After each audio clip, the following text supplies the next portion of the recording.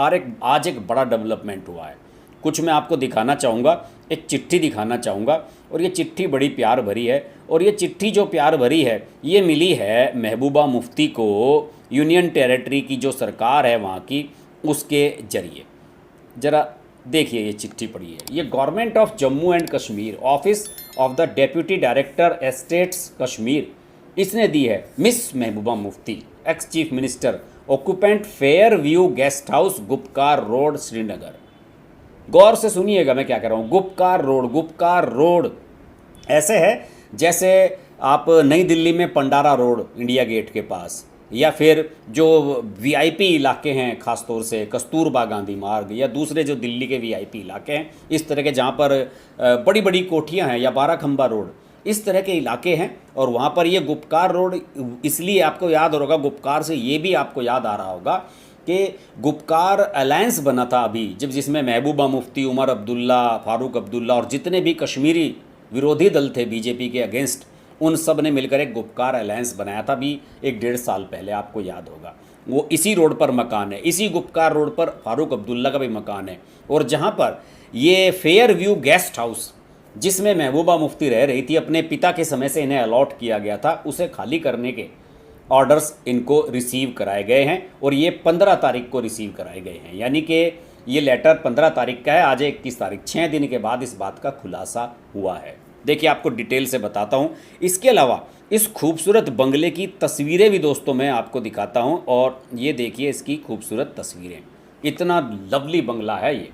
देखिए कैसे घास इस पर लगाई गई है और कैसे हरी इसको बेल को चढ़ाया गया है इसके ऊपर। तो इसमें हुआ ये है, महबूबा जैसे मैंने आपको बताया कि फ़िलहाल श्रीनगर के हाई सिक्योरिटी इलाके गुपकार स्थित सरकारी बंगले फेयर व्यू में रह रही हैं। और इस बंगले को खाली करने के नोटिस को लेकर महबूबा ने कहा कि उन्हें इसकी पहले से ही उम्मीद थी, फिर भी उन्होंने अपना दूसरा मकान वहाँ पर ढूंढा नहीं। जम्मू कश्मीर प्रशासन द्वारा सरकारी बंगला खाली करने के नोटिस को लेकर महबूबा का कहना है कि उन्हें कुछ दिन पहले ही फेयर व्यू को खाली करने का नोटिस मिला। फेयर व्यू से बेदखल करने का नोटिस मुझे कुछ दिन पहले ही दिया गया, यह कोई आश्चर्य की बात नहीं, मुझे इसकी पहले उम्मीद थी। यह स्थान मेरे पिता स्वर्गीय मुफ्ती मोहम्मद सईद को दिसंबर 2005 में तब आवंटित किया गया था जब वह मुख्यमंत्री नहीं थे, इसलिए प्रशासन द्वारा बताया गया आधार सही नहीं है। मीडिया द्वारा जब महबूबा से ये पूछा गया कि क्या वह इस नोटिस के खिलाफ अदालत जाएंगी, तो उन्होंने कहा कि मेरे पास ऐसी जगह नहीं है जहां मैं रह सकूं, इसलिए मुझे निर्णय लेने से पहले अपनी कानूनी टीम से परामर्श करना होगा। बताइए, इतने सालों से रह रहे हैं, सरकारी घर के अलावा इनके पास कोई घर ही नहीं है। ये कहते हैं कश्मीर को हम चलाएंगे।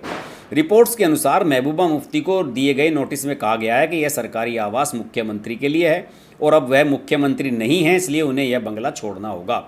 मैं आपको बता दूं कि जम्मू कश्मीर प्रशासन ने महबूबा मुफ्ती को यह नोटिस जम्मू और कश्मीर सार्वजनिक परिसर अनाधिकृत कब्जाधारियों की बेदखली वाला जो अधिनियम है 1988 का, उसका संशोधित अधिनियम जो 2016 से लागू हुआ है उसके अंतर्गत भेजा गया है। इस नोटिस में उन्हें कहा गया है कि अगर आपको सुरक्षा या किसी अन्य कारण से कोई अन्य वैकल्पिक आवासीय सुविधा की आवश्यकता है तो सरकार आपके आग्रह पर उसकी व्यवस्था भी करेगी। यानी कि अभी भी इन लोगों के प्रति थोड़ी बहुत सहानुभूति है हमारी सरकार के मन में। मैं आपको बता दूं कि जम्मू कश्मीर विधानमंडल सदस्य पेंशन अधिनियम 1984 के अनुसार जम्मू कश्मीर के पूर्व मुख्यमंत्रियों को सरकारी आवासीय सुविधा के साथ साथ उसकी देखभाल और साज सज्जा के लिए 35,000 रुपये, टेलीफोन खर्च के लिए अधिकतम 48,000 रुपये, 48,000 रुपये मैक्सिमम, और बिजली शुल्क के लिए 1,500 रुपये मासिक के अलावा वाहन, पेट्रोल और सहायक की सुविधा दी जाती थी।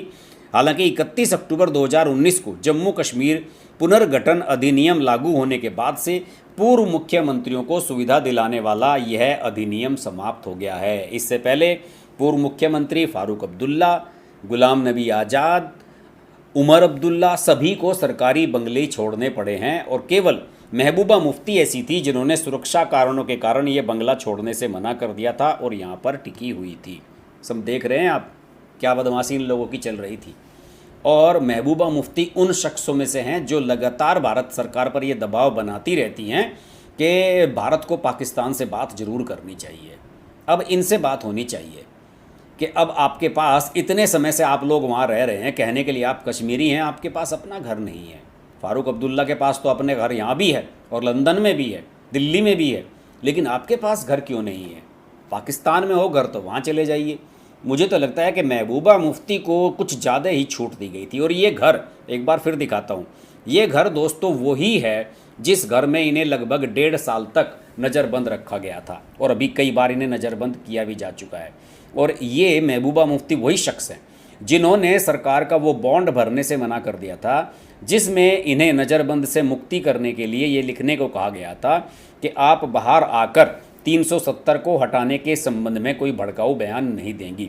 इन्होंने उस बॉन्ड पर हस्ताक्षर करने से इनकार कर दिया था, जबकि उमर अब्दुल्ला और फारूक अब्दुल्ला ने उस बॉन्ड पर हस्ताक्षर कर दिए थे और उन्होंने कोई भड़काऊ स्पीच भी बाहर आने के बाद नहीं दी थी। लेकिन महबूबा मुफ्ती ने उस पर साइन नहीं किए थे और अपनी बेटी से क्या नाम है इनकी बेटी का, इल्तिजा मुफ्ती कुछ इस तरह का नाम है, उससे अब ट्वीट कराती रहती थी सरकार के खिलाफ। ये तब की बात है जब 2019 में अमित शाह ने 370 हटाई थी और 1.5 साल लगभग 1.25 साल के बाद महबूबा मुफ्ती को नज़रबंदी से वहाँ से रिहा किया गया था। तो इन लोगों के आप चौंचलेबाजी और पैंतरेबाजी अब आप सबको समझ में आ गई होगी। मैंने डॉक्टर साहब का उदाहरण देकर आपको बता ही दिया कि किस तरह से इन लोगों ने वहाँ लोकल जो गुंडा एलिमेंट्स हैं उनसे सेटिंग की हुई थी। और मुझे तो लगता है कि पाकिस्तान का नाम लेकर जनता को डरा कर ये वोट हासिल करते आए थे। मुझे नहीं लगता कि पाकिस्तान इतना पैसा खर्च करता होगा। हो सकता है पाकिस्तान में ट्रेनिंग सेंटर चलते हों आतंकवादियों के, लेकिन उन्हें जो पैसा, फंडिंग, सब कुछ सहायता हो रही थी, सारा कुछ वहाँ के इन पॉलिटिशियंस का करा हुआ था जो अपनी राजनीति उसके दम पर चमका रहे थे। मुझे लगता है कि नरेंद्र मोदी दोनों काम बढ़िया कर रहे हैं। एक तो जो अपने धार्मिक स्थलों को बचा रहे हैं और दूसरी तरफ कश्मीर में अमित शाह को लगाया हुआ है इन जैसे बदमाश पॉलिटिशियंस को ठिकाने लगाने के लिए। आज के वीडियो में इतना ही। अगर वीडियो अच्छा लगे तो लाइक कीजिएगा, शेयर कीजिएगा। चैनल सब्सक्राइब नहीं किया है तो सब्सक्राइब कर लें, नोटिफिकेशन के लिए बेल आइकन प्रेस कर लें। और अगर वीडियो अच्छा लगता है तो चैनल के लिए कभी कभी कंट्रीब्यूट जरूर करते रहें। अगले वीडियो में आपसे फिर मुलाकात होगी। नमस्कार।